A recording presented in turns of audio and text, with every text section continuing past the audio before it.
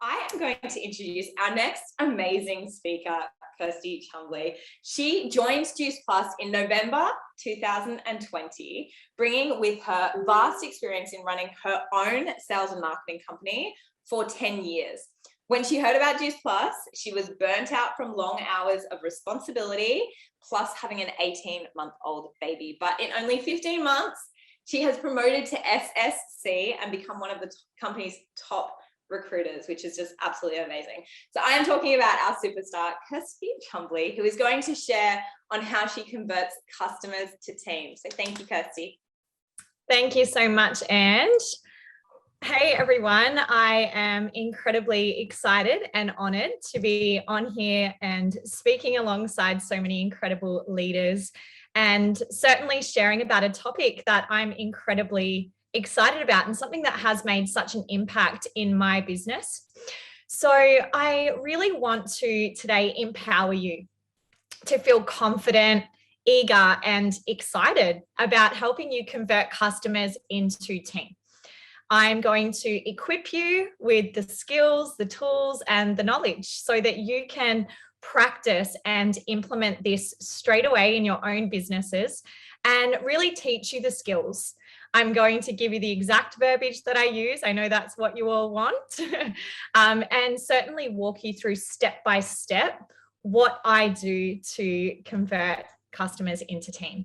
So when I was asked to share into this topic today, it certainly got me thinking about why I may have been asked to share about this. And so I kind of did a little bit of digging and came up with some numbers that I wanted to share with you today that I personally found quite interesting. And in the last 15 months since I joined Juice Plus, I have personally recruited over 40 people. And out of those 40 people, 35% of them were actually customers first. Now, I don't share these numbers to impress you, but certainly to impress upon you what I believe is possible for you without you physically needing to go and do any extra work. Because if you already have customers and you already have customers within your businesses, you already have a pool of people sitting there that could potentially convert. So how many of you have ever felt that it was easier to bring customers on than it was to bring on team? Put a number 5 in the chat so I know who I'm talking to here. So many 5s. So I hear this often, right? And if this is you, you're going to love these tips. Because if you already have customers, it means that you're already having incredible conversations, right? You're already in quality conversations that are leading you from, starting a conversation to bringing somebody on in your customer pool. So as Ange mentioned earlier, right, we have 2 doors. Okay, we have 2 doors within our business. We have the customer door and we also have the team door, right? Business and customers. Now, I used to believe that when somebody started, whichever door they opened and walked into, that they would have to stay in that room, right? So if they opened the customer door, they would have to stay in that room. And if they opened the business door, that's where it was, right? So what that meant was that my conversations were so one-dimensional. I either spoke about their health and the products and the program or the business, right? Who can relate to this? Put a number 1 in the chat if this is landing with you, right? So once I realized that just because they open that door doesn't mean they have to stay in that room. They can actually move to the other room. My mindset changed completely. And the truth is, I really do believe that our business is also a really powerful part and beautiful part of someone's health journey. I know when I first started, I'm a Melbourne girl, so it was the middle of lockdown. It was 15 months ago. We were about a year into lockdown. I wasn't working at the time. I was feeling incredibly lost as a woman, as a wife, and as a mum. I was craving something just for me again. I wanted to get back into the workforce, but I had a lot of anxiety. I had lost my confidence. I was incredibly stressed. And I remember having a conversation, one of the first phone calls that I actually had about the business and the products. I remember saying that I just want to feel calmer. And you know what? Although, yeah, I joined and started taking the products and all of that, you know what? This business, being a part of this community, you guys, learning, coming to things like this, growing as a woman, getting recognition, making impact, helping people, I started to feel happier. And when I started to feel happier, I can hand on heart say that that impacted my health. So, you know, I read a book just last week, actually, and there was a statement in there from Seth Godin, and something that it said was that 80% of people are in jobs that they hate. They're overworked, they're underpaid, they're feeling stressed. And I think this is so relevant in the way the world is now more than ever, right? So, you know, we know how much stress impacts our health, and the two main root causes of stress are finances and work. Right? So I believe that there is a beautiful synergy between those two doors, the customer door and the business door. So maybe all you need to do is not actually learn any new skills today. Maybe all you need to do is just start thinking about this in your current conversations. If you're talking to people about their health, that maybe there is more to that. And, you know, Ange did such a beautiful job speaking into quality conversations and building relationships. And if you're doing that with your customers and your potential prospects, your potential customers, as you're talking about their health journey, I'm opening my ears up to talk about life. You know, I also follow the form principle. Okay. And as I'm building my relationships with my customers, as I'm journeying them through, you know, their own health journey, I'm absolutely asking those questions, you know, how's work? How's home life? How's family? Right. And as I get to know my customers, this conversation, because I have such genuine conversations with my potentials, and I'm always thinking about this too, right? And listening for those clues, this naturally and organically starts to come into my conversations too. So my point here is, don't make assumptions. Don't decide for them that the business won't be for them. Because I noticed myself saying things like, oh, the business isn't for them, or they won't be interested, or they're not going to be interested in the business, right? Put a number 1 in the chat if you've ever said that. Okay. So I guess it's, you know, I just don't decide for people, right? My role is just to open those doors, right? I open the door, I show them what's available and what is, you know, what they can access, and it's up to them whether or not they walk through. So I want to show you and share with you, of course, how I share with my customers this opportunity, how I, you know, invite them to have a look at this, right? And I'm going to step you through each step of what I personally do. Before I do that, I thought I would just walk you through a little bit about my customer process when I bring customers on. Okay. So as I'm getting to the point of, you know, I've been chatting to somebody, most of my business and most of my conversations are originally starting out on Instagram and Facebook. Okay. I'm building majority of my business through social media. And as I'm getting to those points where I'm about to bring that person on board, I am always getting on the phone with my customers. In 9 times out of 10, in every case I possibly can, I'm looking to get them on a call. Now, the reason why I do that, I personally come from a direct sales and marketing background. So I am a face-to-face sales girl and have lots of experience working face-to-face. And what I really understand is the power of the human touch. And with the way the world is today, everything is computerized, right? So I'm the girl that still goes to the cashier and the checkout. I don't go to the self-serves, right? Like, I love that human interaction. Okay. So I've put something in your workbooks for you. So if you've got your workbooks there, there's a pie graph. Okay. Now in that pie graph, I've put down 3 points, and I'm going to go through what each of those represents. So I want you to fill these in. Okay. And the pie graph represents our communication and the way that we communicate. The 7% represents words and content. Okay. What we actually say. The 23% in your pie graph represents tone of voice, right? So the way we say things, okay? The 70%, what do you all think that one stands for? Put it in the chat for me. Yeah. So it's actually body language. Okay, it's actually body language. So 70% of the way we communicate is through body language, right? Now, what I'm talking about, facial expressions, our eye contact, our posture, stance, image, our hand gestures. Okay, that's how, 70% of our communication comes through body language. Right. So as I'm communicating with people, it's really important for me to, as much as possible, get in front of people. Right. So I'm looking to get on Zoom, ideally, and if not, at least FaceTime, because I know the power of being able to connect with these people face to face. Right. And I know I can't get to them in person.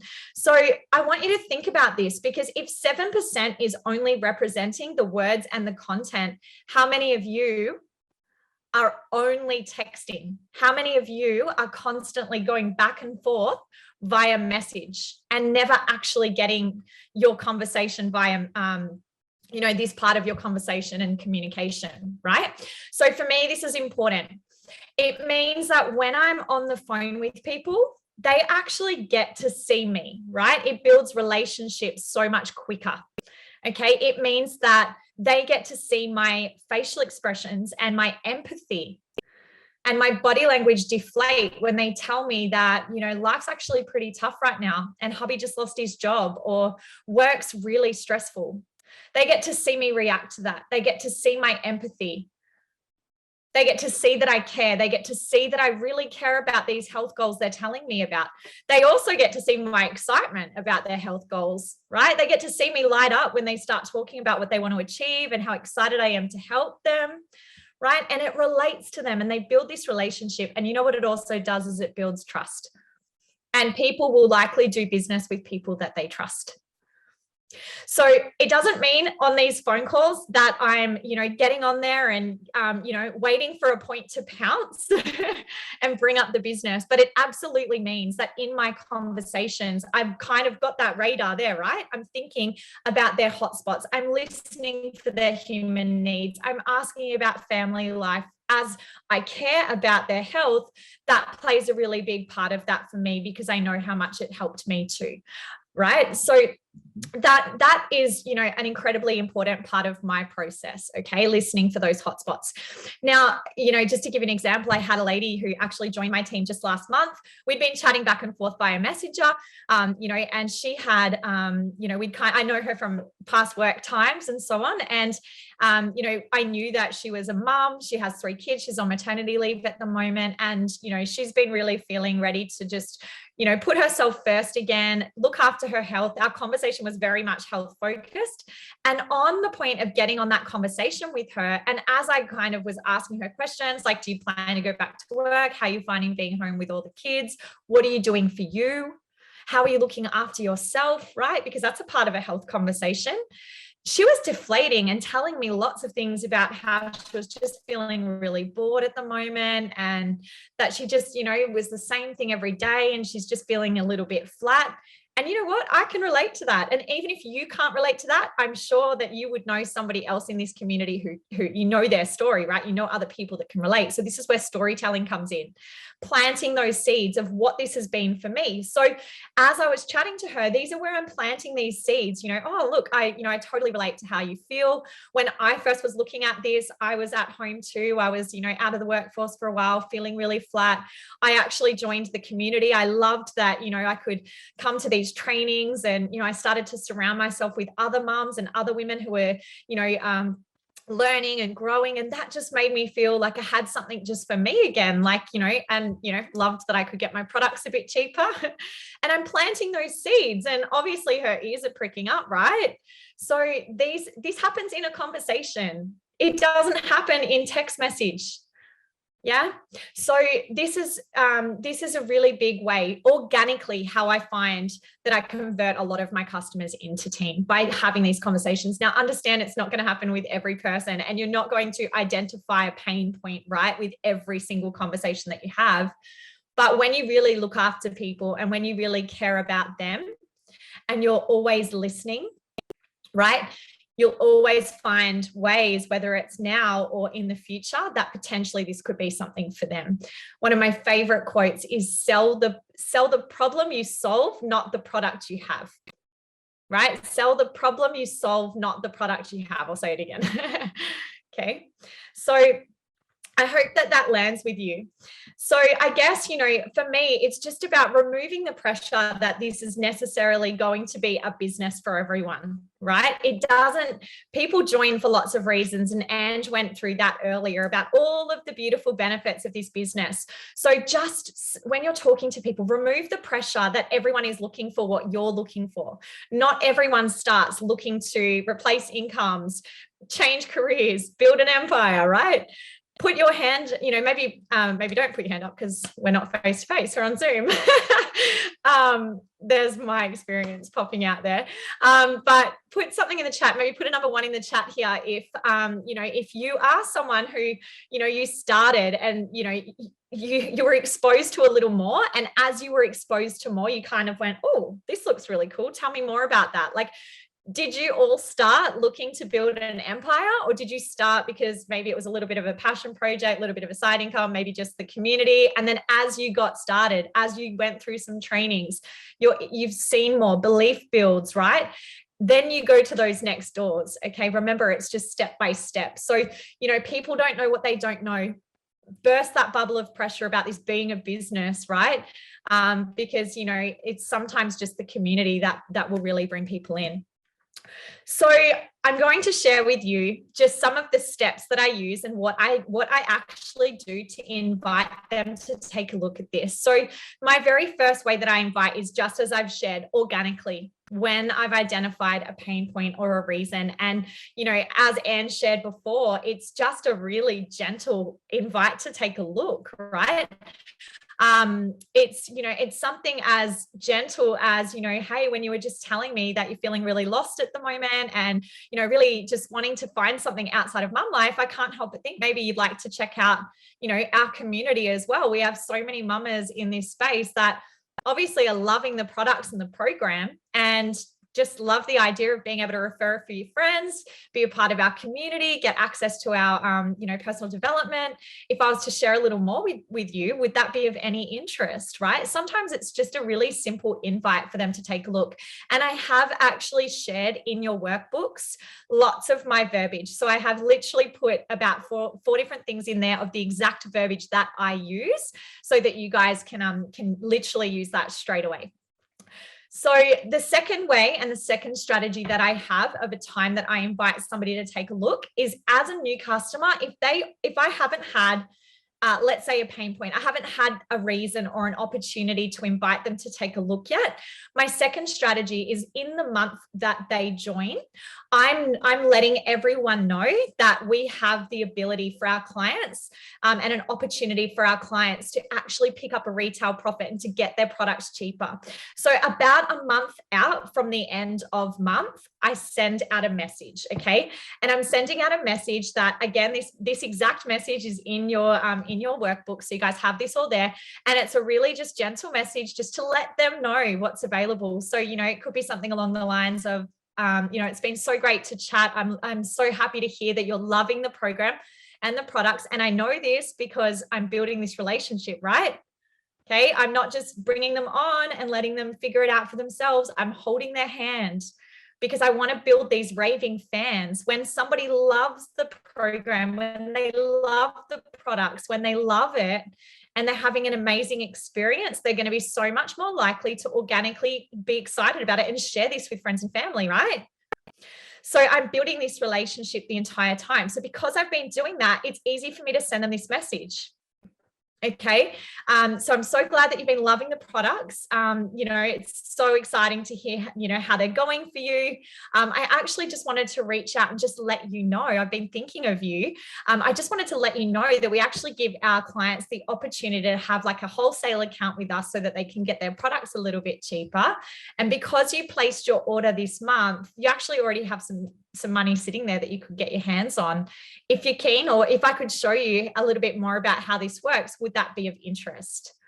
Okay. And again, I've put this message and the verbiage in your workbooks. So it's just notifying them, right, that they do have the opportunity to get money back on their products. If I could show you how so many of our other clients are taking advantage of this and getting some money back, would that be of any interest to you? Now, some might say no. Some might say yes, and most people will say, well, tell me more. How does that work? Right? So then I am getting on a call with those people, right?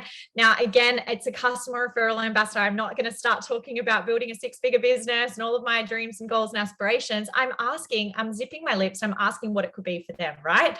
I'm downplaying it. I'm talking about the fact that they get 10% back on their products, get to be a part of our community, and as obviously you've started taking the products, as you start taking them, love them, you start feeling amazing, you're going to start looking amazing. Maybe other people start asking what you're up to too. And if you refer anyone and they join, you can actually pick up some commission. So a lot of our clients take advantage to not just get their products cheaper, but some people even offset their products completely, right? And that's how I share it. I go, oh, that's cool. Well, how does that work, right? And so then I'm asking them questions, right? We generally have 3 different doors. The first is someone who just wants to get their products cheaper. The second is generally someone who wants to, offset their products, be a part of our community, potentially have a little bit of a side little hustle or passion project. And the third is someone that really sees that there could be a bit of a longer term opportunity here and something to create a full scale business. So, I don't know, like which door do you see yourself? Like which one speaks to you more? And I just put it back onto them, right?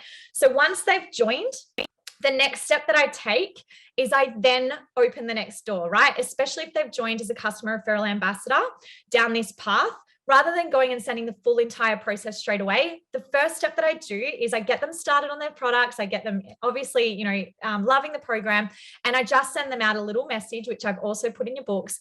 And that message is just to open the next door and say, hey, I just wanted to let you know, I don't know if you realize, but you actually have $100 to $150 bonus on the table for you in the next 10 to 30 days.